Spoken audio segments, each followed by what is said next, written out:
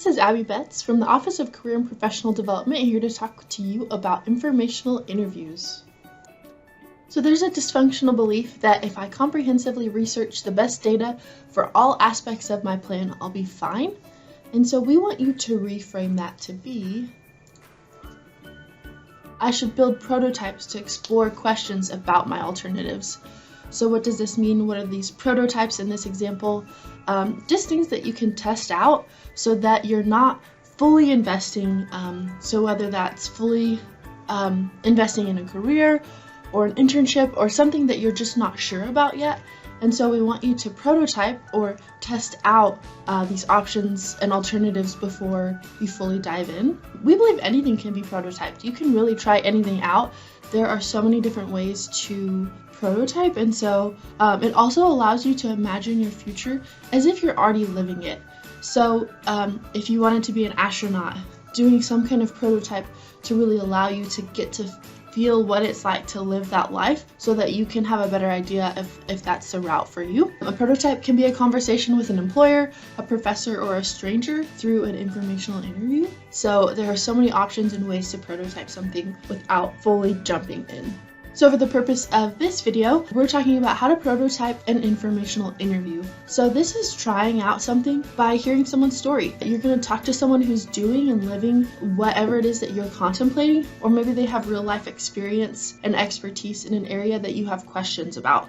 So it's an opportunity to learn from someone who is living the life you want to live, getting an idea of if that's a life that you truly do want to live, if it's a route you do want to take, getting to learn from the experts about what you're interested in. So the great thing about prototyping is it really helps you to create new experiences that give you an opportunity to really understand what a new career path might feel like, even if it's only for that 30-minute conversation. It also helps you involve others early and helps you build a community of people who are interested in your journey and your life design. Prototypes, such as informational interviews, frequently turn into unexpected opportunities that really help that serendipity happen. And prototypes allow you to try and fail rapidly without over-investing in a path before you have any data. So I want to backtrack to that unexpected opportunities. You never know what kind of connection you're going to make. And in the book Designing Your Life by Bill Burnett and Dave Evans, they tell the story of a young man who wanted to change his career path. He was this very accomplished engineer, but he wanted to do a different type of engineering than what he was currently doing. He applied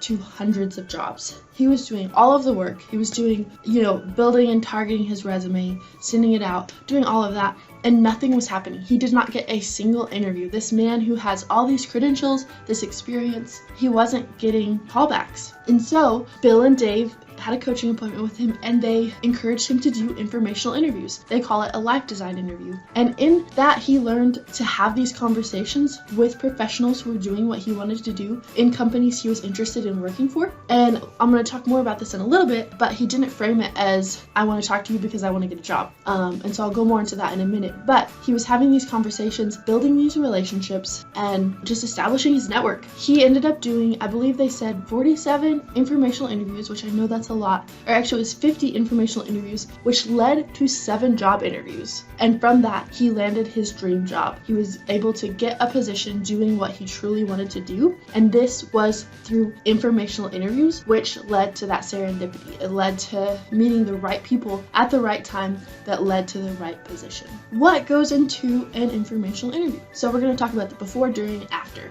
So first, talk to everyone you know about your area of interest to see who they know. The people you already know, even those in fields not in your career path or in what you're wanting to go into, can lead you to others who might be good interviews. This includes family, friends, faculty, coaches, former teachers, former employers, even your favorite customers. If you already work somewhere, talking to them. Also identify WT alumni, because once a buff, always a buff. LinkedIn is also a terrific place to find appropriate individuals to reach out to. If you're not familiar with the platform, I encourage you to check out our LinkedIn workshop to get started. So another quick story about about networking and talking to people you might know that leads to serendipity is in another book called You Majored in What? From Chaos to Career by Dr. Kate Brooks. There's a story of a young woman who studied abroad in Russia and loved it and wanted to continue to work there. Well, right after that Christmas, she was in the Christmas program for her church, and after the program was over, they asked the choir to introduce themselves, just say their name, and that was it. This young woman decided to do more than that. So she said her name and said that I recently studied abroad in Russia and I absolutely loved it, and I'm looking for opportunities to get back there to work and provide a service. I can't remember what kind of service, but you get the idea. So after the program, this woman comes up to her and tells her that this woman's husband is trying to establish a company in Russia. They need a translator, and that this young woman sounds like she has the skill set that they need. So this woman gets her connected to her husband and ends up getting a job the next year working for this company, helping be their translator, their tour guide. All of that just started from telling people she knew what she wanted. So that's a great way to build connections. Okay, so back to the before. You need to get contact information for your first interviewee. So this will be email or phone number, whichever you prefer, whichever they prefer. Just be aware you might have to try both to make contact with them. And be sure you've researched this person and their organization. You don't want to be caught in a conversation without having done your homework, your research beforehand. And then develop a brief introduction, like an elevator pitch, to introduce yourself to the potential interviewee. Start with a quick intro, including your name, your classification at WT, or when you'll graduate, or when you did graduate, your degree, and then share your career goals, or really what it is you're wanting to learn more about. Finally, give a brief overview of your experience. Again, keep it short, but include personal details to encourage, whether it's an email, the reader, or if you're on the phone, the listener, to really want to meet with you. You need to be sure to choose questions for the interview. You need to be sure that you choose questions that are appropriate for your intended occupation or career path, your goals, as well as where you are in your studies and decision making. You'll want to ask questions about work, how to get started, maybe specific job search strategies, that kind of stuff. And we have a document on our website with this information. This bit.ly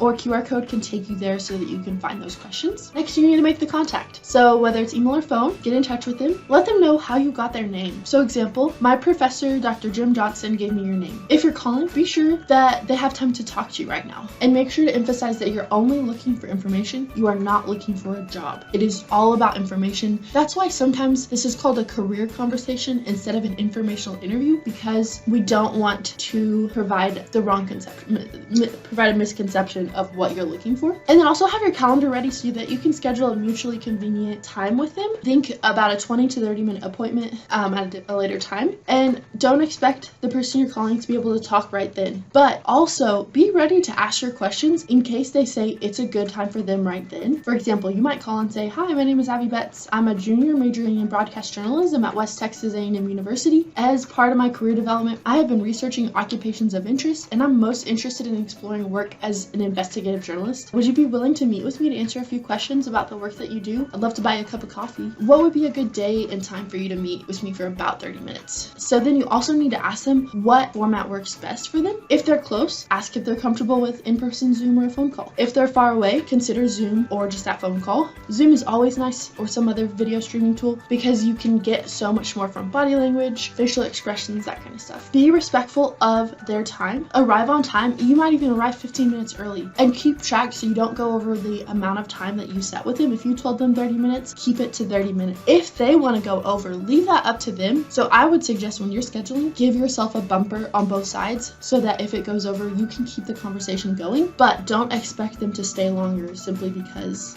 you have set extra time. Dress neatly and professionally. If you're on campus and you don't have professional clothes, just know that our office does have a professional clothing closet, and we can try to get you some clothes that are appropriate and that fit well. Think about it like an actual job interview as far as how to dress. Again, it is not a job interview. You are not looking for a job. There is the potential for something to happen, but right now you are just trying to get information on your career path. And then be ready to answer questions and take notes, and have your questions printed out along with a notepad or just some blank paper to take notes on their responses, especially if they provide you different resources, places to look, organizations to join, stuff like that. You want to be ready for that. I know I've already emphasized it, but I'm going to say it again. Be clear that you're not looking for a job offer. You are just there for information. And so like I said, you might call it a career chat or a career conversation just to keep things clear. Provide that brief intro, your elevator pitch, that you already developed. And don't be so intent on getting all your questions answered that you don't allow the conversation to flow naturally. Sometimes you get the best information just by listening to what the interviewee thinks is relevant. So they might go way off topic, they might take a long time to answer a question, and it might cover multiple questions, or it just might be exactly what you need. So don't be afraid to not get all your questions asked. Ask permission to contact them in the future with other questions, and after you establish a relationship, maybe after you've met once or twice, ask them if they'd be willing to look over your resume, because that's something, they're in the field, they're in the industry. Our office does provide resume reviews and we're here to help you, but these people are in the thick of it. Like, they're in the trenches, they know what it's like, they know what their people are looking for, and so that can be a much better perspective than what we can offer. However, I would say do both. Have us look over it. We can help you with the grammar, the structure, format, targeting, but they can help you with industry specific assistance. And then remember to ask for other people's names to contact. It's so much easier to call the next person if you can say, Abby Betts recommended that I visit with you, because then that establishes a relationship. Always follow up with a thank you note or email. Handwritten thank you notes are so special, and I would encourage you to do that, but if you can't get their address or get it to them, an email also is great. And then keep a record of who you talked to and when, what you learned, and what questions you now have. This can help you down the line, and also just having good connections. And then connect with them on LinkedIn and follow their company and any professional organizations they follow and that they might have mentioned, and then let them know when you follow up on their advice and what success you had. You may meet a future mentor through doing an informational interview. So a couple do's and don'ts. Do treat it like a conversation, because that really is what it is. You're after an interesting story and that personal connection. And then come curious. This is a major key. Be sincere. Have good questions about their life and experience. You're going to gain insight into their successes and failures, how they got there, what is important to them. And so curiosity will lead to an authentically engaged conversation, and it will open the door. Curious about you. It may lead to an opportunity for them to see what kind of work resonates with you and what community you want to be a part of. Don't treat it like an interview. It is not an interview. Be cautious in even calling it an interview. That's why you want to say informational interview or career conversation, career chat. So you're going to ask them something like, "Hi Anna, I'm so glad to connect with you. John said you were just the person I needed to speak with. I'm very impressed with what I know of your work, and I'd love to hear some of your story. Do you have 30 minutes to spare sometime this week where I could buy you a cup of coffee and hear more about your experience?" Mentioning that connection, John, is so important, because that will make the difference and eliminate any creep. It's also not a trick to get a job. Even if they happen to have an opening, you do not want them to see you as a potential candidate, at least at this time, because then the whole time they are going to be judging you for that role, rather than spending time telling you their story and really getting to know you. It's just going to totally change the dynamic of the conversation. And then don't talk the whole time. You're there to talk to them, not them about you, unless of course they ask, because they might be curious about you, but really the point is to get to know them and